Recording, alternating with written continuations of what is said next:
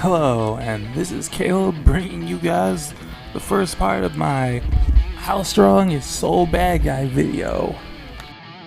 And I'm gonna try and keep the summary short on story, given how long as fuck Guilty Gear is, and me having to literally find out how Guilty Gear begins sort of works. But I'm mostly gonna be covering the mostly nitty-gritty parts of what his powers and abilities are and how strong he is. Well, according to Guilty Gear Begins, Sol was born as Frederick Bulsura and majored in magic particle physics. His college years, he met Arya Hale, with whom he got romantically involved with, and also became best friends with that man. Upon graduation, he intended to start working on the St. Ontario project, but was called to join the core team of the Gear project that was founded by this McDonald. In 2015, they managed to stabilize Gear cells infused with magic, and that man handled over the research to the state on 4 conditions. Although he was worried about Arya's illness, Frederick learned about her condition in 2016 and begged her to cryosleep until a cure was found. Arya refused, and she'd rather spend her last moments with Frederick. That man convinced Arya to cryosleep the only way he could. He forcibly converted Frederick to the flame of corruption so that he would live indefinitely. Frederick woke up sometime afterwards with amnesia, only to find that later experiments with gear sense went awry. Frederick escaped the facility and created his headband to control his nature as a gear, as he was reported dead in 2016 but somehow had survived the experiment. Memphis D. Yadrid, implied to be Slayer, tracked him down to take his thirst for knowledge. Frederick's passion that shone like the sun illuminated Yadrid's path, and thus he bestowed Frederick the name of Sol. Post 2065, after the government reinstated the Gear project, Frederick made his personal mission to destroy all gears so that they couldn't be used for war. He was designated as Bad Guy by the authorities after destroying several gear manufactured facilities. He would later combine these names to create the new identity, Sol Badguy.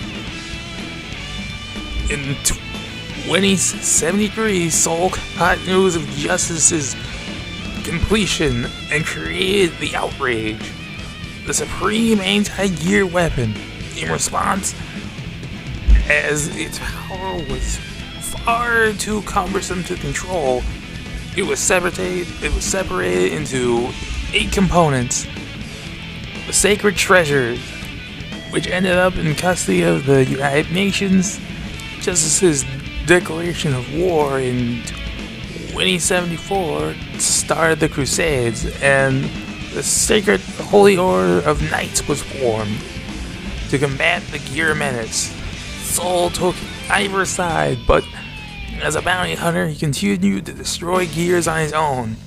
In 2099, Sol saved a 6-year-old Cliff Anderson from a gear attack. That same Cliff would become a Order's commander when he heard of Sol in 2172. He recruited Sol. Cliff told him about Kai Kaisky, and Sol was unwillingly impressed after seeing him in action. One day, Kai challenged Sol to a duel, but Kai fought Sol as he were a human and lost.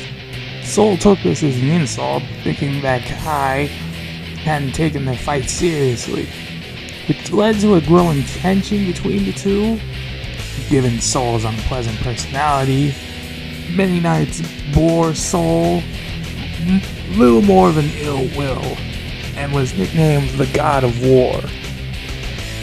In 2173, Sol challenged Justice on his own, but he was defeated and spared by her. Sol realized he needed to steal Fire Seal after all. Kai caught Sol during the act, but Sol defeated him once again and got away with Fire Seal. Cliff later caught up with Sol. Instead of punishing him for his desertion, Cliff allowed him to have Fire Seal and let him go. In 2175, Sol faced Justice for the second time, and after Kai pushed her to retreat during the fight, Justice learned that Sol was a gear and attempted to mind control him, but he was unaffected. Unleashing his flames, Justice lost power. Kai ordered his men to seal Justice, thus ending the war. Now, during the events of the first Guilty Gear game, 5 years later, the wall of Justice's dimensional prison unexpectedly began to erode. During a particular bounty run, one of his marks tells Sol about the Second Holy Order tournament. Canonically, Sol was the winner of the tournament, and it's here that Justice is told by Sol that he's actually the prototype gear, and pretty much is the reason why he cannot be controlled by Justice at all, due to him being made before her. Justice then discovers that Sol is Frederick. Justice, in her dying words, comments that she wishes that the three of us could talk one last time, and Sol swears to kill that man. Whew, finally, I can get into his powers and abilities now. Heck, I'm not getting too deep into the story, but I'm just gonna give you a rundown of most of his powers and abilities. Mostly being his resistance to mind control, when Justice pretty much tried to mind control him, and pretty much was completely immune to it, not really just resisted it. As well as his gear cells pretty much giving him longevity, as well as immense regenerative properties, and also his immense dragon install that pretty much acts as a super form that further enhances his magical arts, as well as being able to tap into more of the power of Saint Ontario, which is virtually limitless energy,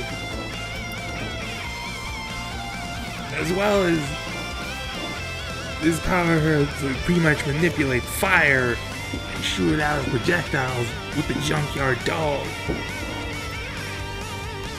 Thanks to doing his modifications in Guilty Gear Overtone to his magic during the Baptisma 17 incident, he also tapped into the ability to use a Soul Sinker, a powerful and rather obscure summoning ritual that manifests his soul into reality and creates service.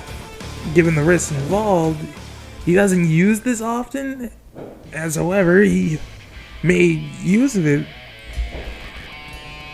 to pretty much create and summon objects, as well as the Fire Wheel Mark II that was blown up by an antimatter bomb by a gear that completely self-destructed.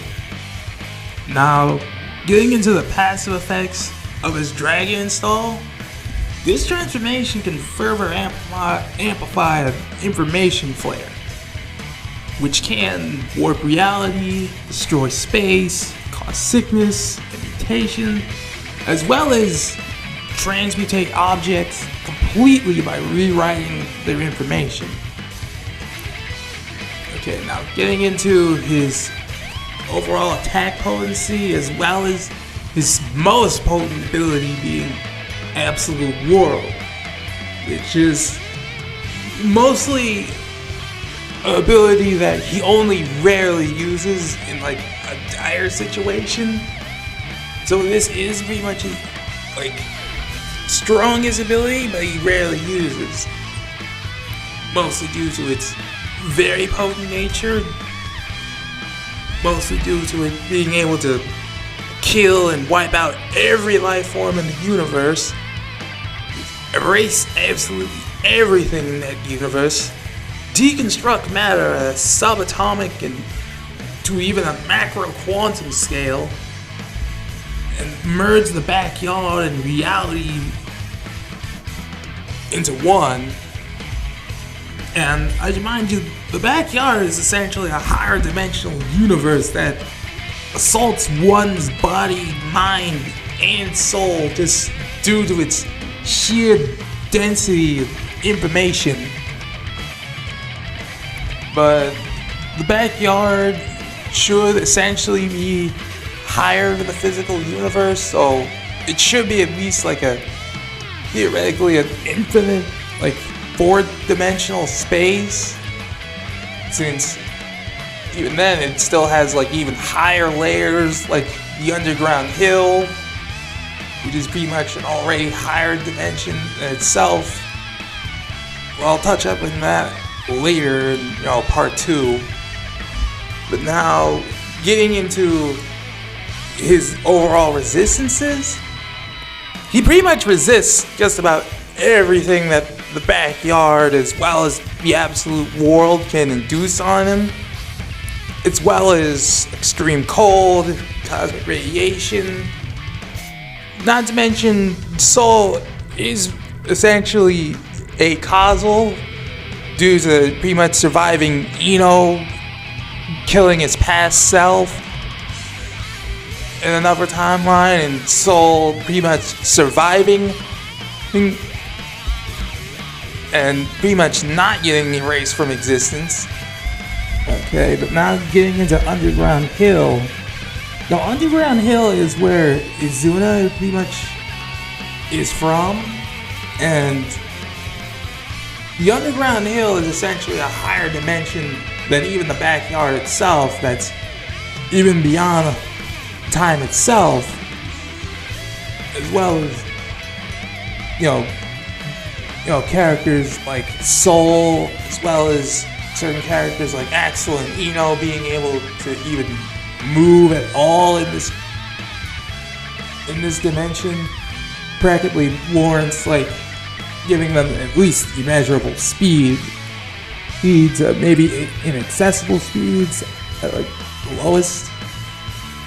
Other than that, there's like little massively FTL feats from characters like Jacko, who can pretty much transverse space, pretty much like her predecessor, Justice, who can also travel into space, as well as Slayer, who can pretty much launch people into space, things halfway across like the Andromeda of the galaxy.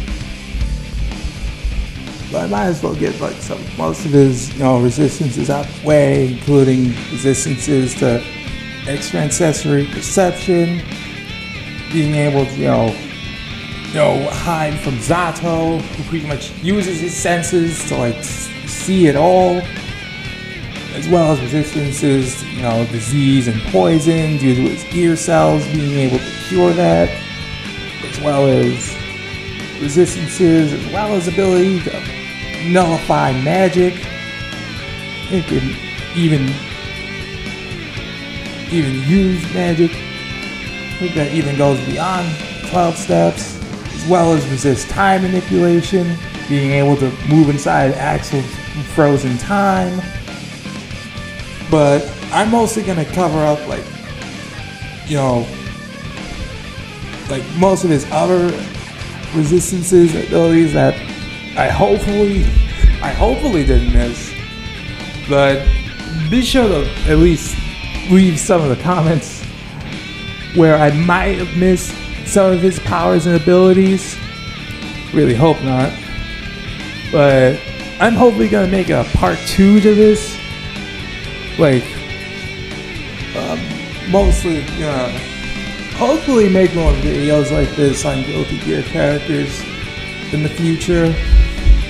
So, see you dudes probably next time.